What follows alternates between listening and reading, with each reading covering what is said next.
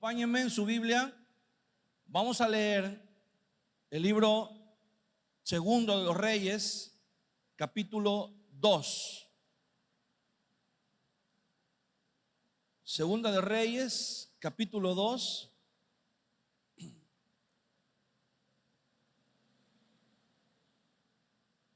Vamos a leer una historia muy bonita y muy impactante que está en el Antiguo Testamento, que es acerca de el profeta Elías. Dice Segunda de Reyes 2, versículo 1. Vamos a leer el pasaje, está un poquito largo, pero tenemos que leerlo para tener el contexto completo. Dice: aconteció que cuando quiso Jehová alzar a Elías en un torbellino al cielo, Elías venía con Eliseo de Gilgal. Y dijo Elías a Eliseo: quédate ahora aquí, porque Jehová me ha enviado a Betel. Y Eliseo dijo: vive Jehová y vive tu alma, que no te dejaré. Descendieron pues a Betel, y saliendo a Eliseo los hijos de los profetas que estaban en Betel, le dijeron: ¿sabes que Jehová te quitará hoy a tu señor de sobre ti? Y él dijo: sí, yo lo sé, callad. Y Elías le volvió a decir: Eliseo, quédate aquí ahora, porque Jehová me ha enviado a Jericó.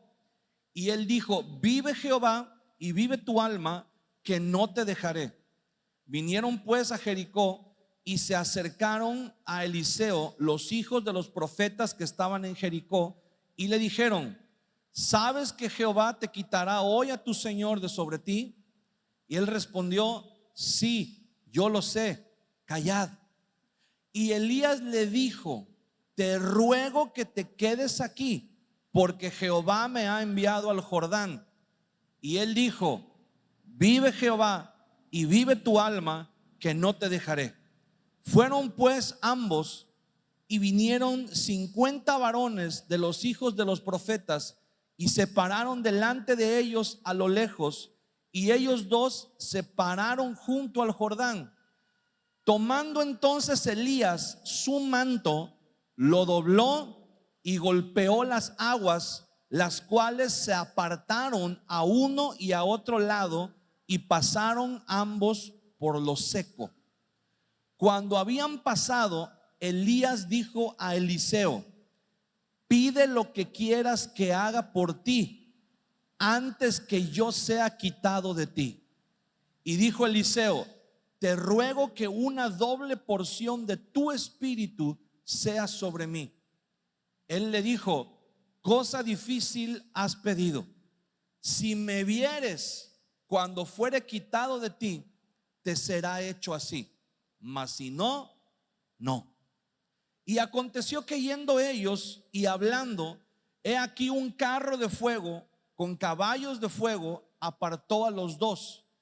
Y Elías subió al cielo en un torbellino, y viéndolo Eliseo clamaba: Padre mío, carro de Israel y su gente de a caballo. Y nunca más le vio. Y tomando sus vestidos los rompió en dos partes. Alzó luego el manto de Elías que se le había caído, y volvió y se paró a la orilla del Jordán. Y tomando el manto de Elías que se le había caído, golpeó las aguas y dijo: ¿dónde está Jehová, el Dios de Elías? Y así que hubo golpeado del mismo modo las aguas, se apartaron a uno y a otro lado, y pasó Eliseo. Viéndole los hijos de los profetas que estaban en Jericó al otro lado, dijeron: el espíritu de Elías reposó sobre Eliseo. Y vinieron a recibirle y se postraron delante de él. Amén. Este relato, este pasaje de la Biblia es uno de los pasajes que más generan en el Antiguo Testamento así como dudas, intrigas, incluso, ¿verdad? Puede ser que den pie a creer que se trata de algún tipo de literatura fantástica, ¿verdad? Es algo completamente fuera de lo común. De hecho, solamente hay dos personajes de la Biblia que dice que fueron llevados por el Señor. Uno de ellos es Enoc. En el libro de Génesis dice que Enoc caminó con el Señor y el Señor se lo llevó y no vio la muerte. Y el otro es Elías. Elías fue llevado al cielo en un torbellino. Pero algo muy interesante es que Elías supo de alguna manera que su ministerio había llegado al fin, se había terminado. Y mire, hay algo muy interesante que podemos ver en este pasaje. El reino de Israel todavía se encontraba en una época de prosperidad espiritual. Después de que había pasado un episodio muy gris, un episodio muy oscuro. Usted se acuerda del episodio famoso de los profetas de Baal,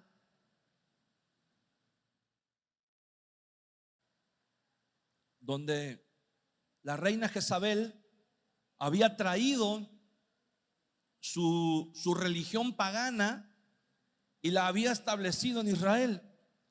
Y estaban los profetas de Baal, que eran los que dirigían toda la actividad religiosa en Israel. Pero Dios llama a Elías y lo usa para avergonzar a Baal, para avergonzar a los profetas de Baal.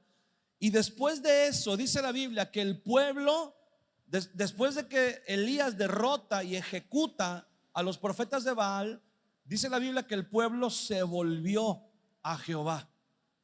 Y bueno, la Biblia solamente dice eso, pero podemos intuir que eso significa algo muy profundo.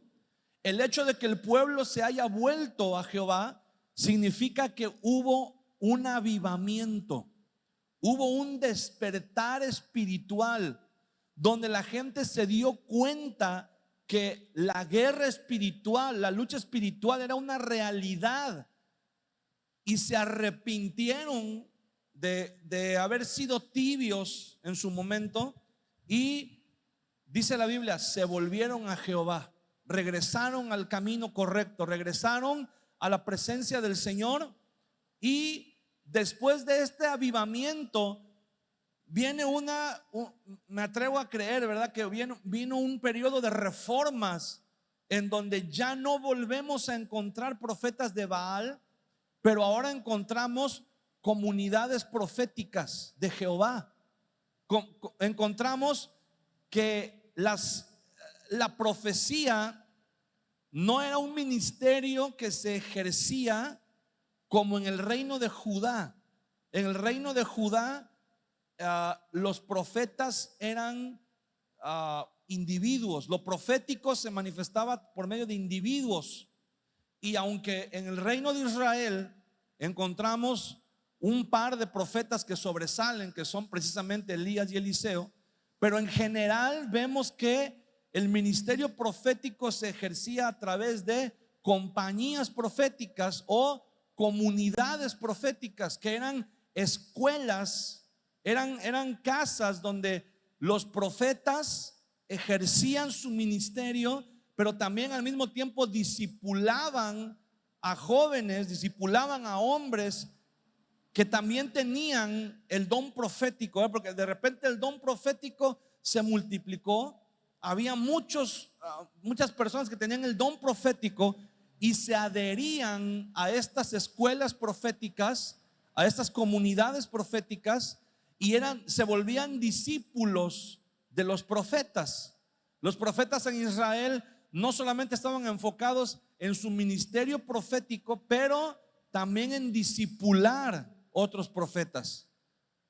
Y la actividad profética era tan profunda, era tan fuerte, que de verdad hay manifestaciones proféticas que dice aquí en el libro de los Reyes, que por momentos tal vez podríamos ver que fue mayor la manifestación profética en Israel que en Judá. O sea, en Israel era una cosa, pero una locura cómo se manifestaba el ministerio profético. Tanto que llegó un momento en que el Señor le habló. Si leemos, ¿verdad?, más atrás, el Señor le habla a Elías y le dice: ¿sabes qué, Elías? Ya cumpliste tu propósito, ya tu ministerio está completo, ya no tienes más que hacer. Y el Señor le revela a Elías y le dice: te voy a llevar, Elías. Vas a subir al cielo. No te voy a dejar que tengas una vida larga en la tierra. Te voy a arrebatar, te voy a llevar. Y entonces Elías, no fue algo que Elías pudiera guardar como un secreto, porque encontramos que en todos los lugares donde Elías y Eliseo fueron, los profetas que había en ese lugar ya sabían lo que iba a suceder. Entonces era una manifestación del ministerio profético tremendo. Todas las comunidades proféticas estaban conectadas en el espíritu y recibían la misma revelación. Era como una red. Era algo tremendo la manifestación del espíritu. Y Elías, el Señor le da instrucciones y le dice: mira, vas a ir a Israel y vas a ungir a fulano de tal como rey sobre Israel. Incluso vas a ir a Damasco, porque Damasco era parte del reino de Siria, pero el mismo Israel tenía influencia en Damasco. Y le dice: vas a ungir también a una persona para que sea rey en Damasco, y vas a ungir a Eliseo. Eliseo era probablemente un discípulo de los profetas que había sobresalido de cierta manera. Y el Señor le dice a Elías: vas a ungir a Eliseo para que sea profeta en tu lugar cuando tú ya no estés. Y entonces Elías va con Eliseo y comienza una etapa de discipulado personal, ya no en la comunidad. Ya Eliseo había sido discipulado en la comunidad profética, pero ahora era un discipulado personal. Ahora Eliseo se convierte en el acompañante del ministerio de Elías. Y un día, cuando el Señor le dice a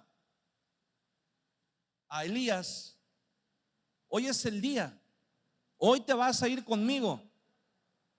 Y no nada más Elías recibe esa revelación, sino todos los profetas. Porque cuando Eliseo llega con Elías a las ciudades, los hijos de los profetas, o podríamos traducirlo también como los discípulos de los profetas, le dicen: ¿sabes que hoy será quitado tu Señor de sobre ti? O sea, ellos sabían el día, tenían la revelación exacta de qué día era que el Señor se iba a llevar a Elías. Y entonces Elías también y Eliseo reciben esa revelación. Y entonces Elías le dice a Eliseo: Eliseo, el Señor ha dicho que hoy es el día que me voy a ir con él. Y eso significa una cosa muy importante. Le dice Elías: el Señor me mandó a que yo te escogiera como discípulo, a que yo te enseñara todo lo que sé, todo el conocimiento que el Señor me ha dado y toda la manera como ejercer el ministerio. Y Elías le dice a Eliseo: hoy es el día que me voy a ir. Y eso significa, Eliseo, que hoy es tu graduación, que ya estás listo, ya no te hace falta nada más.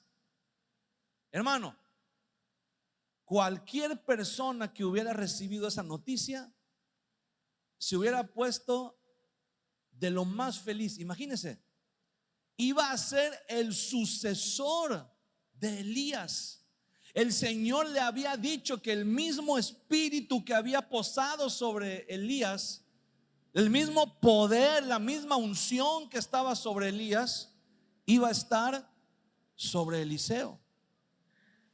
Pero aquí tenemos que ver algo muy importante. El tiempo que Eliseo pasó con Elías no solamente fue un discipulado espiritual, no solamente fue un discipulado para aprender acerca de la ley de Moisés, no solamente fue un discipulado para aprender acerca de la oración, no solamente fue un discipulado para aprender acerca de cómo ministrar o cómo dirigir las escuelas proféticas, pero fue un discipulado en donde Eliseo pudo ver el corazón de Elías. Eliseo pudo ver, mira, cuando Elías ejerce su ministerio, siempre que Elías traía la palabra de Dios o alguna instrucción de parte de Dios, Elías decía una frase. Elías decía: vive Jehová en cuya presencia habito. La presencia de Dios se había vuelto la habitación de Elías. O sea, Elías era un hombre que constantemente vivía la presencia de Dios. Elías decía: vive Jehová en cuya presencia habito. Era un hombre acostumbrado a caminar en la presencia de Dios, acostumbrado a recibir dirección de parte de Dios. Era un hombre acostumbrado a que le sucedieran cosas que cualquier persona calificaría como sobrenaturales o tal vez, ¿verdad?, como paranormales. Pero para Elías era algo tan común, para Elías era algo tan normal, porque él estaba habituado, él estaba acostumbrado a las manifestaciones sobrenaturales del Espíritu de Dios. Pero no solamente eso, sino que más allá del ministerio y más allá de ejercer el llamado de Dios sobre su vida, Elías demostró ser un hombre íntegro. Elías demostró ser un hombre cuyo carácter fue moldeado y transformado por Dios para poder sobrellevar el ministerio que Dios le había dado. Elías fue un hombre que, mire, yo me atrevo a pensar, y muchos han pensado, que la razón por la cual Dios se lo llevó era porque Elías manifestó un carácter, manifestó un temperamento, manifestó un testimonio, manifestó un amor a Dios tan grande, tan puro, tan, podríamos llamarlo así, tan de cierta manera intachable, que pudo llevar la carga que Dios le dio sin ningún conflicto personal. La mayoría de los profetas, la mayoría de las personas que la Biblia menciona que Dios trajo un llamado para ellos, el llamado, ejercer el llamado, ejercer el ministerio que Dios les dio, les trajo conflictos personales, les trajo conflictos familiares, personales, los metió en crisis con su carácter. Moisés, dice la Biblia que fue un hombre que los israelitas lo consideran insuperable, y sin embargo tener el peso, esa carga del ministerio, de la unción, del llamado que Dios le dio. ¿Y cómo terminó Moisés? Dice la Biblia que Dios no le permitió entrar a la tierra prometida porque no glorificó a Dios en sus actos. Cuando el Señor le dijo que hablara a la peña y Moisés golpeó la peña, no pudo controlar su carácter. Y muchas, como ese ejemplo de Moisés, podemos encontrar muchas personas, ¿verdad? Incluso el profeta Daniel decía, Señor, en su oración decía, con la visión me han sobrevenido dolores. O sea, Daniel también tenía conflictos. El profeta Isaías también llegó un momento que se decepcionó del ministerio. Jeremías llegó un momento que dijo, ya no hablaré más en su nombre, ya no le voy, porque era una carga tan pesada. Y la diferencia con Elías es que Elías trabajó su carácter, dejó que Dios moldeara su carácter de tal manera que aunque en un momento mostró temor, debilidad ante la amenaza de Jezabel, pero no tuvo ningún conflicto. Él nunca dijo, no entiendo. Él nunca dijo, ¿por qué Dios? ¿Verdad? Como Asaf en el Salmo, cuando dice, no entiendo por qué Dios permite que los malos prosperen y que a los buenos les vaya mal. No entiendo, ¿verdad? No dijo como David, ¿verdad? Que estaba en el pozo de la desesperación. Elías simplemente fue y se metió en una cueva y buscó la presencia de Dios y dijo, Señor, ayúdame porque no estoy entendiendo mucho de lo que está pasando. Pero yo creo, y así como muchos lo han creído también, que la razón por la cual Dios se llevó a Elías, porque dijo, Dios dijo, Elías, llevas puro 10 de calificación. No vaya a ser que si te dejo más tiempo, vayas a bajar el promedio. Entonces el Señor dijo, mejor, ¿sabes qué? Vente. Pero Eliseo supo ver ese ejemplo y Eliseo desarrolló no solamente un amor o una pasión por el ministerio, pero Eliseo desarrolló una admiración por Elías. Y Elías fue, digámoslo así, un buen ejemplo para Eliseo. De tal manera que Eliseo dijo, mi meta, mi propósito es un día llegar a ser como Elías. ¿Alguna vez, aquí hay una pregunta muy interesante, alguna vez alguien ha visto tu vida, tu testimonio y ha dicho, yo quiero ser como fulano de tal? ¿Alguna vez hemos sido capaces de inspirar a alguien, que alguien diga, hijo, yo quiero ser como tú, ¿verdad? Yo quisiera llegar a ser como tú eres, a desarrollar ese carácter? Bueno, salvo nuestros hijos cuando están pequeños, ¿verdad? Que siempre la mayoría dicen, yo quiero ser como mi papá, ¿verdad? Ya luego cuando crecen ya cambia la narrativa, pero qué importante es, ¿verdad? Que Eliseo tuvo ese ejemplo y te repito, no solamente se enamoró de la visión del ministerio, pero vio en Elías un ejemplo a seguir, una motivación.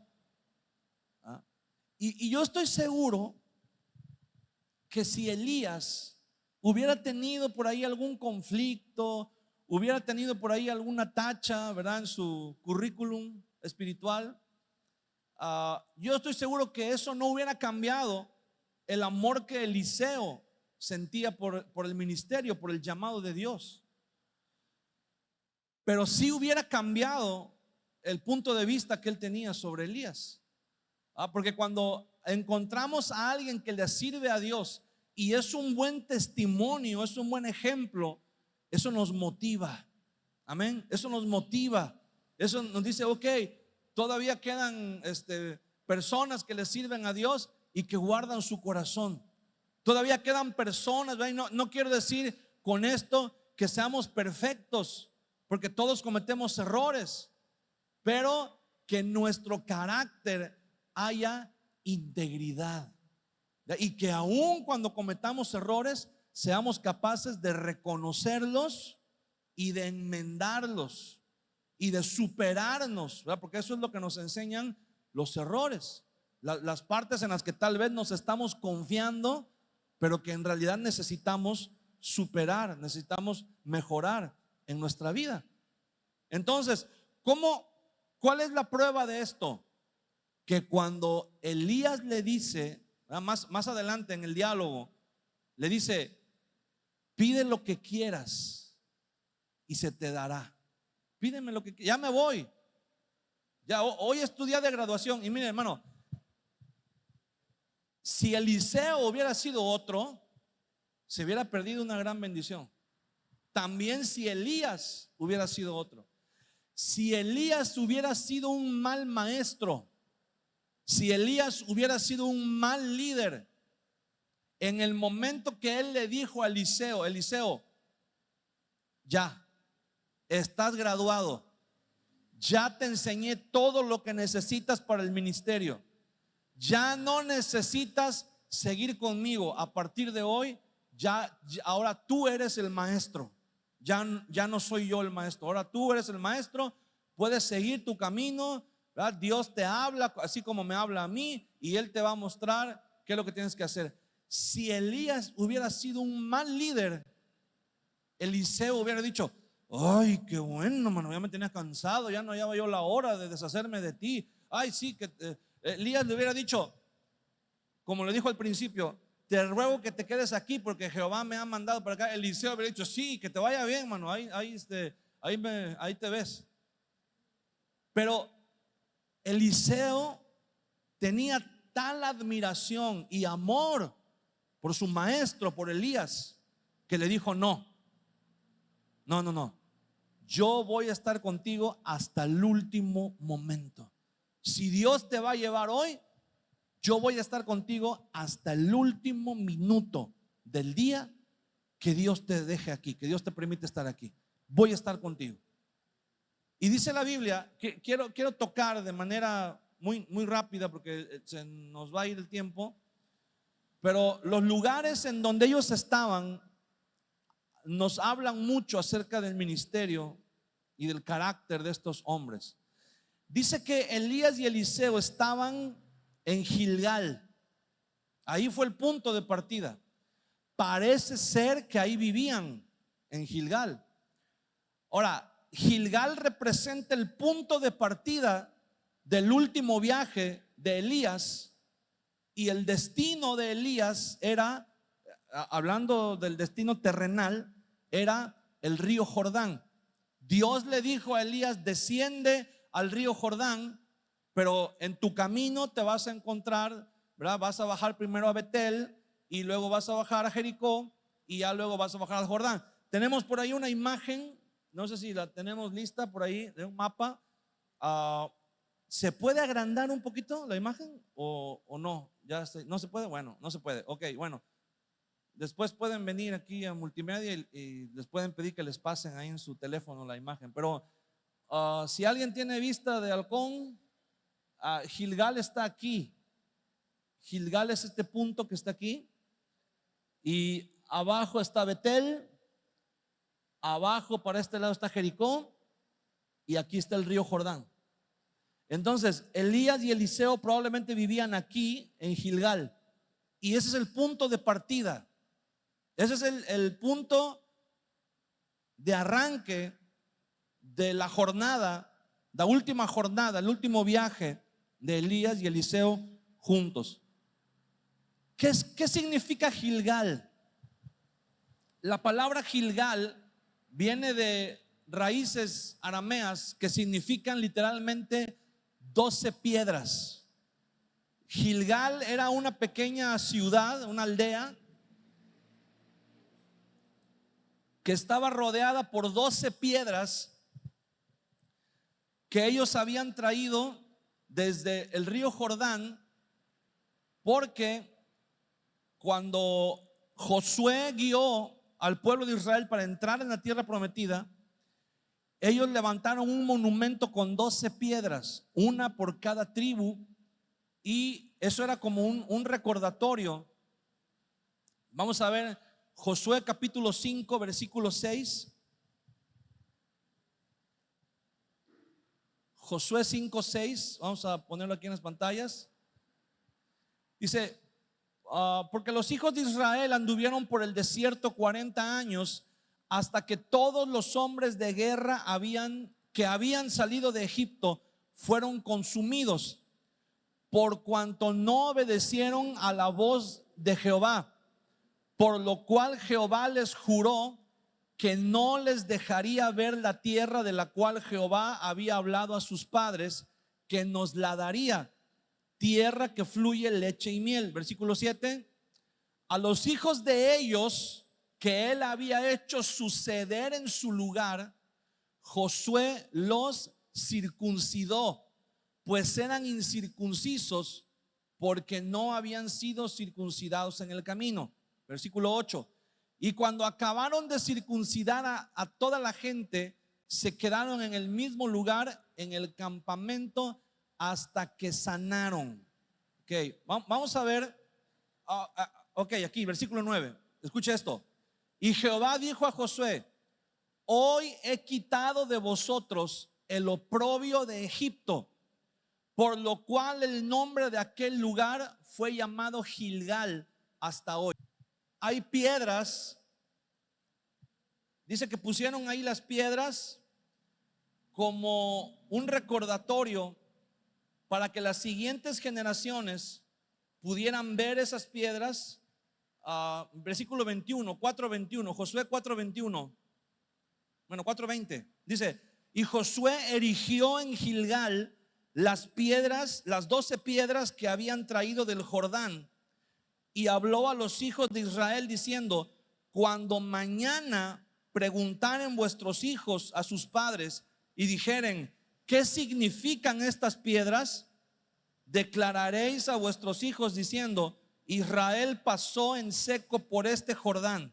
¿Ok? Entonces las piedras eran un recordatorio de cuando ellos habían entrado a la tierra prometida a través de un paso seco por el río Jordán, y le llamaron Gilgal a ese lugar, lugar de las 12 piedras. ¿Y qué sucedió en Gilgal? Bueno, en Gilgal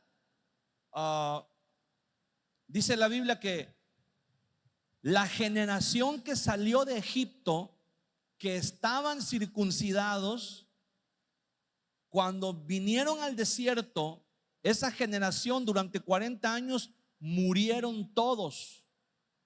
Y los que entraron en la tierra prometida era la generación que habían nacido en el desierto durante esos 40 años. Pero esa generación no había sido circuncidada. Entonces, cuando entran a la tierra prometida, el Señor le dice a Josué: tienes que circuncidar al pueblo, tienes que circuncidar a los varones. Y bueno, la circuncisión es un procedimiento, ¿verdad?, que no hay que entrar en detalles, ya todos sabemos lo que es la circuncisión, pero representa algo muy importante. Dios les dice a Josué y al pueblo: hoy he quitado de ustedes el oprobio de Egipto. O sea, les está diciendo, al circuncidarse, dice, se quitaron el último rastro, los últimos vestigios, los últimos residuos que quedaban de Egipto en ustedes. Y la circuncisión, no vamos a decir de la carne, porque a veces en la carne englobamos muchas cosas que necesitan ser interpretadas de muchas maneras, pero más bien se despojaron del yo. Eso significa la circuncisión: despojarse del yo para enfocarse en la voluntad de Dios. El principio, el punto de partida de nuestra jornada, bueno, este tema yo le puse como título Camino al Jordán, ¿no? Ellos iban al Jordán, pero el punto de partida es despojarnos del yo. Cuando nos despojamos del yo, damos lugar a que la voluntad de Dios se convierte en una realidad en nuestras vidas. Dios no puede usar a una persona que todavía está viéndose a sí misma. Dios no puede usar a una persona que no ha hecho lo que Jesús dice que tenemos que hacer para ser sus discípulos: tomar nuestra cruz cada día, negarnos a nosotros mismos y seguirle a Él. Hermano, estamos en este mundo, pero no somos de este mundo, ¿no? El otro día estábamos viendo una predicación en donde el pastor hacía a manera de ilustración, decía: tú estás en tu país, tú estás aquí en México, pero si tú vas a hacer un trámite a la embajada de Estados Unidos en México, aunque estás en México, pero cuando tú entras a la embajada de Estados Unidos, tú estás en territorio de Estados Unidos. Aunque estés dentro de México, pero en la embajada de Estados Unidos no se habla español, se habla en inglés, el idioma de Estados Unidos. Ellos no comen comida mexicana, a ellos les llevan comida, les proveen para que tengan comida ahí, comida americana. Si tú dentro de la embajada de Estados Unidos cometes un delito, no te juzgan las leyes mexicanas, te juzgan las leyes de Estados Unidos, ¿no? Entonces, eso sucede porque la embajada se considera territorio del país al que representa. Nosotros somos embajadores del reino de los cielos. ¿Amén? Nosotros como cristianos no vamos a ser juzgados por las leyes de este mundo. Vamos a ser juzgados por las leyes del reino de los cielos. Por lo tanto, nuestra mentalidad no tiene que ser la mentalidad de este mundo, sino la mentalidad ¿de dónde? Del reino de los cielos. Por lo tanto, ya no podemos hacer las mismas cosas que hace la demás gente. Tenemos que vivir de acuerdo a las leyes y de acuerdo a la voluntad del reino de Dios. Amén. Entonces, Dios nos ha llamado, el Señor nos ha llamado a vivir una vida despojándonos del yo. Obviamente esto ha sido mal interpretado de muchas maneras, ¿verdad? Y ha habido gente desde siglos atrás, ha habido gente que ha decidido vivir una vida de austeridad, ¿verdad? Gente que el más representativo de todos es un personaje histórico llamado Francisco de Asís, que él decidió unirse a una orden religiosa que predicaba la austeridad. Y cuando él le dio la noticia a sus padres, obviamente cuando alguien se unía a una orden religiosa, tenía que donar a esa orden religiosa todos sus bienes, todas sus pertenencias, todos sus, ya fueran tierras, dinero, todas sus posesiones, las donaban a la orden religiosa. Entonces, cuando este personaje fue con sus padres y les dijo que había decidido dedicarse a la vida religiosa, la historia dice que su padre le dijo: no te doy. O sea, en ese momento su padre lo desheredó y le dijo: no tienes nada que darles a ellos, por lo tanto no te van a recibir. Y entonces dice la historia que él dijo: no importa, ellos me reciban aunque vaya sin nada. Y su papá le dijo: es que no tienes nada, incluso la ropa que traes puesta es mía porque la compré yo.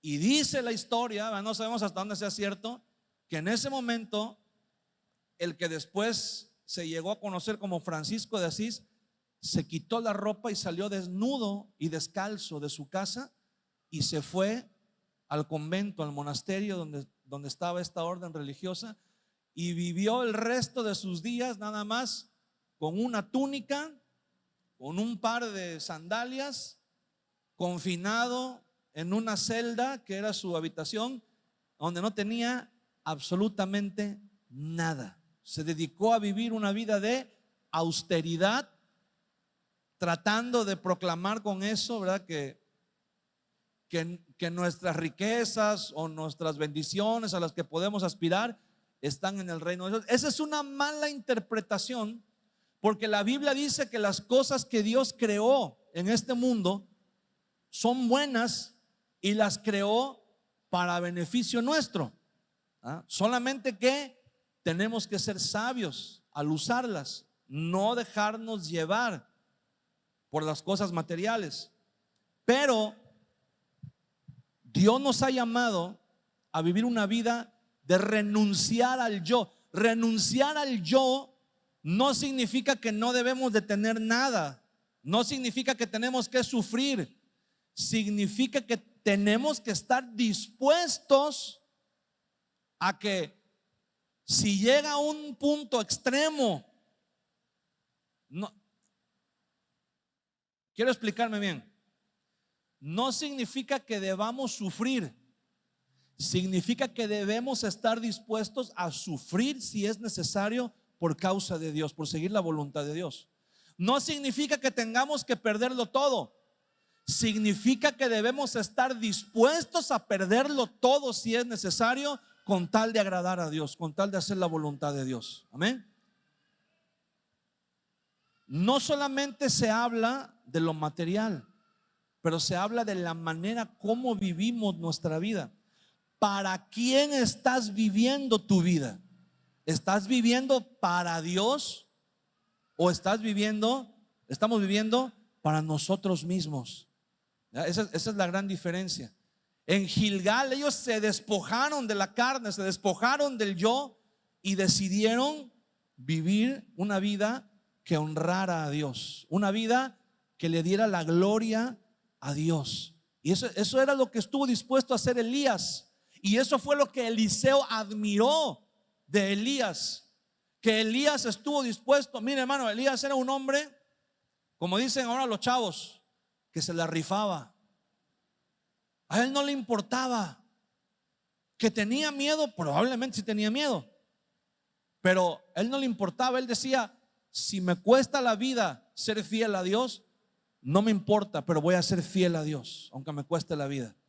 Y fue fiel a Dios. Fue un hombre que vivió para hacer la voluntad de Dios. Fue un hombre que en medio de una generación que era tibia, él se paró delante de ellos y dijo: decídanse. Si Baal es Dios, sírvanle. Y si Jehová es Dios, sírvanle. Pero decídanse, tomen una decisión. Y el día de hoy estamos viviendo unos tiempos muy parecidos a los de Elías, en una generación muy tibia, en donde la mayoría de los cristianos viven con temor de vivir una vida radical por no ser señalados como fanáticos. Porque en un mundo lleno de rebeldía y de desobediencia a Dios, un poco de obediencia pasa como fanatismo. La gente te dice: ay, eres fanático. ¿Qué haces metido tanto tiempo en la iglesia? ¿Y por qué participas en los eventos de la iglesia? ¿Y por qué das esto para la iglesia? ¿Y por qué haces esto para la iglesia? Porque amamos a Dios, amén. Y amamos la obra de Dios. Y estamos dispuestos a dar de nuestra vida, de nuestro tiempo, de nuestras fuerzas, de nuestros recursos para la obra de Dios, porque amamos a Dios, amén. Porque nos hemos despojado de nosotros mismos, nos hemos despojado del yo y estamos dispuestos a vivir para el Señor, amén. Después dice que cuando fueron a Gilgal, estaban en Gilgal y fueron a Betel, y Elías le dijo a Eliseo: te ruego que te quedes aquí, ya no tiene caso que me sigas, ya te graduaste, ya tienes todo de parte de Dios, todo lo que necesitas, hombre, ya quédate aquí, descansa, quédate tranquilo. Y Eliseo dice: no,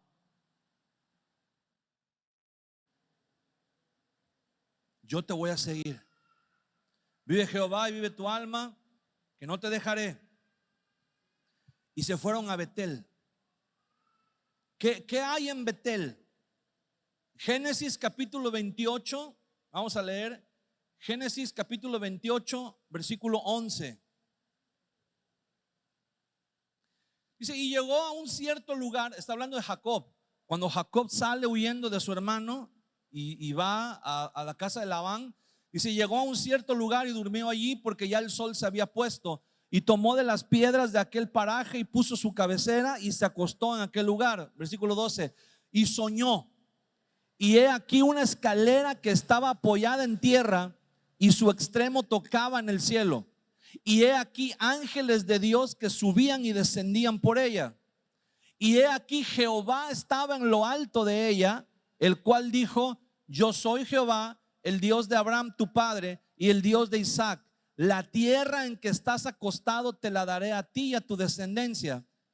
Será tu descendencia como el polvo de la tierra, y te extenderás al occidente y al oriente y al norte y al sur, y todas las familias de la tierra serán benditas en ti y en tu simiente.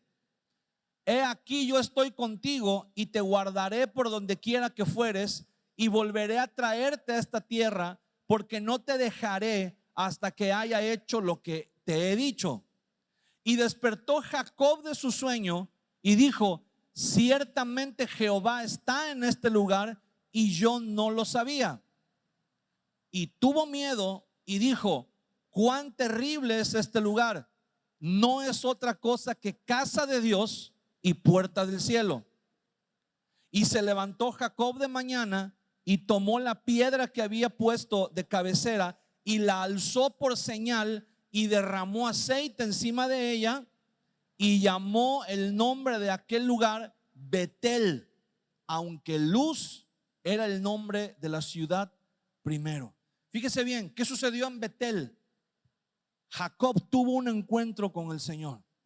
El Señor le reveló a Jacob su presencia, y la mentalidad de Jacob cambió con ese sueño, con esa visión que él tuvo, con esa revelación. Entonces, primero, Gilgal significa despojarnos del yo, y después la siguiente etapa es Betel, cuando tomamos conciencia de la presencia de Dios, pero no solamente eso, sino del propósito de Dios en nuestra vida. Si tú quieres entender el propósito de Dios en tu vida, lo primero que tienes que hacer es primero despojarte del yo. No puedes llegar a Betel si antes no pasas por Gilgal, ¿ok? Entonces, cuando te despojas del yo y entiendes que vives para hacer la voluntad de Dios, entonces la voluntad de Dios se te revela, y el propósito de Dios se te revela. Y el Señor dice, yo estoy contigo, yo te voy a llevar, te voy a traer de regreso, voy a cumplir el propósito que te dije, en ti y en tu descendencia voy a bendecir a todas las familias de la tierra. Y entonces Jacob se despierta y dice, ¿qué pasó aquí? Es verdad lo que mi papá nos contó, ¿verdad? Que era que su papá Abraham le platicó a él. No era una locura, no era una fantasía, no era que mi papá ya estaba alucinando, no, es verdad. Ahora el mismo Dios que se le apareció a él, ahora se me apareció a mí. Y entonces Jacob toma conciencia del llamado de Dios para su vida.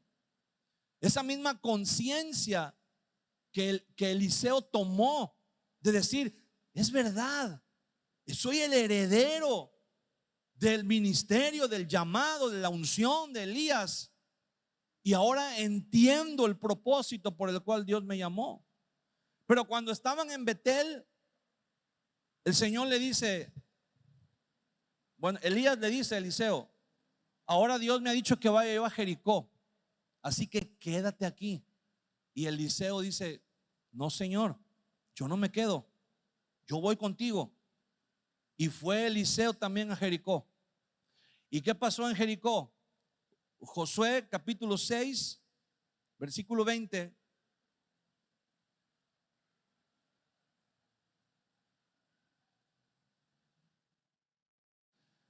Entonces el pueblo gritó y los sacerdotes tocaron las bocinas Y aconteció que cuando el pueblo hubo oído el sonido de la bocina, gritó con gran vocerío y el muro se derrumbó.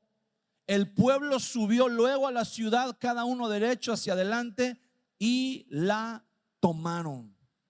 Jericó nos habla de conquistas. Hermano, tenemos que conquistar muchas cosas en nuestra vida, pero no las vamos a poder conquistar si no tenemos bien claro el propósito de Dios para nuestra vida, y no vamos a tener claro el propósito de Dios para nuestra vida si no hemos renunciado al yo para aceptar la voluntad de Dios. ¿Se da cuenta cómo todo va de manera progresiva? En Jericó Dios nos habla de conquistas. Hay cosas que tenemos que conquistar. Mire, cuando los grandes imperios se extienden, comienzan a conquistar otros territorios. Pero quiero decirle algo: un imperio, un emperador tiene que tener una estrategia. Cuando los grandes imperios en la antigüedad se extendían, por ejemplo, el imperio inglés, el imperio británico, cuando el imperio británico colonizaba otros países, otros lugares, no crea usted que de repente los ingleses decían: pues vamos a darle derecho para allá y a ver a dónde llegamos, a ver qué encontramos. No, ellos tenían una estrategia. Ellos sabían qué lugares iban a conquistar, porque esos lugares que conquistaban eran necesarios para cumplir el propósito de su vida. Ellos no conquistaban cualquier lugar, conquistaban donde había minas de oro, conquistaban donde había minas de carbón, conquistaban donde sabían que había mano de obra, conquistaban donde sabían que había diamantes, conquistaban donde sabían que había riquezas que iban a servir para la expansión del imperio, para enriquecer el imperio. No podemos llamarnos conquistadores. No podemos decirle al Señor: Señor, tengo esta área en mi vida, esta debilidad, todavía peco en esta área, pero la quiero conquistar para ti. Ok, el Señor te dice: ok, conquístala. La conquistas y luego dices: ¿y ahora qué hago con esta área que conquisté? ¿De qué manera la pongo al servicio del Señor si todavía no tengo claro el propósito de Dios para mi vida? ¿Sí me explico? ¿Cómo vamos a conquistar si no sabemos para qué estamos conquistando? Pero cuando usted tiene claro el propósito en su vida, cuando usted sabe a dónde lo ha llamado Dios, es como Elías. El Señor le dijo: ve al Jordán. Pero Elías sabía que para llegar al Jordán primero tenía que pasar por Betel, luego por Jericó y luego llegar al Jordán. Dios nos ha dado un propósito y nos ha dado un llamado y nos ha dado un destino. Y cuando tú sabes el destino al cual Dios te ha llamado, tú sabes lo que tienes que ir conquistando en el camino, porque cada conquista te va a acercar más al destino que Dios te ha dado, al propósito que Dios te ha dado. Cuando Pablo viajaba, ¿verdad? Si usted ve las cartas, el ministerio de Pablo no decía: pues vámonos para allá o para allá y a ver a dónde llegamos. Pablo sabía dónde estaban las comunidades judías. Pablo sabía dónde estaban las sinagogas más importantes, más grandes, y ahí era donde él iba a predicar el evangelio de Jesús. Entonces usted y yo tenemos que tener claro el propósito de Dios para nuestra vida, para poder emprender conquistas. Y después de Jericó llegaron al Jordán, y en el Jordán fue donde se cumplió lo que Dios les había dicho. Dice que iban tan juntos, Eliseo iba tan junto de Elías, que Dios tuvo que mandar primero, dice, un carro con caballos de fuego que pasó en medio de ellos para que se apartaran. Yo estoy seguro que si hubieran estado juntos cuando el torbellino levantó a Elías, probablemente Eliseo hubiera intentado agarrarlo para irse con él también. Dice que primero los apartó y luego Elías subió en un torbellino al cielo y no lo volvieron a ver jamás. si Eliseo no hubiera anhelado con todo su corazón estar con Elías, si Elías no hubiera sido un buen ejemplo de siervo de Dios, nunca hubieran tenido ese último diálogo que tuvieron, donde Elías le dijo: ¿qué quieres? ¿Qué quieres que te dé? Y Eliseo dijo, escuche bien esto, no dijo en ningún momento, Eliseo dice: quiero una doble porción del Espíritu de Dios. No, el Espíritu de Dios es uno solo. Eliseo dijo: quiero una doble porción de tu Espíritu. Porque lo que tú tienes, lo que tú eres, te ayudó a llevar la carga del llamado de Dios en tu vida sin corromperte. Entonces Eliseo le dijo a Elías: yo quiero ser como tú, pero al doble, multiplicado por Dios. Y Elías le dijo: mira, lo que has pedido es difícil, pero si logras verme cuando yo sea quitado de ti, se te va a conceder. O sea, Elías le dice, en otras palabras, si eres capaz de ver las mismas cosas que yo veo en lo espiritual, lo vas a tener. Y Eliseo vio lo mismo que Elías vio.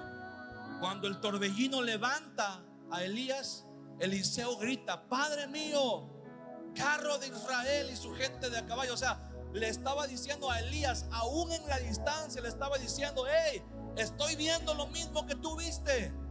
No me moví, no me quité de aquí. Aquí estoy, te seguí hasta el final. Y Elías dejó caer su manto.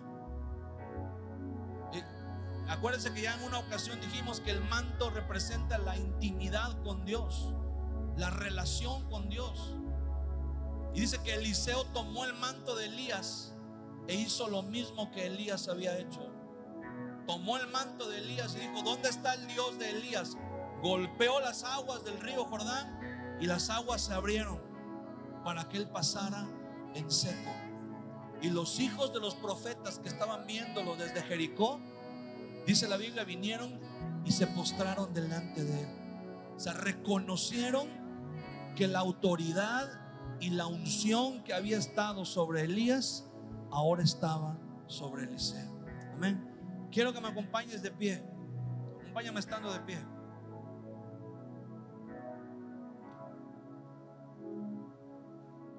Y vamos a orar para que el Señor pueda manifestar en cada uno de nosotros su voluntad. Hay un propósito de Dios que es superior a todo lo que tú y yo nos podamos imaginar en este mundo.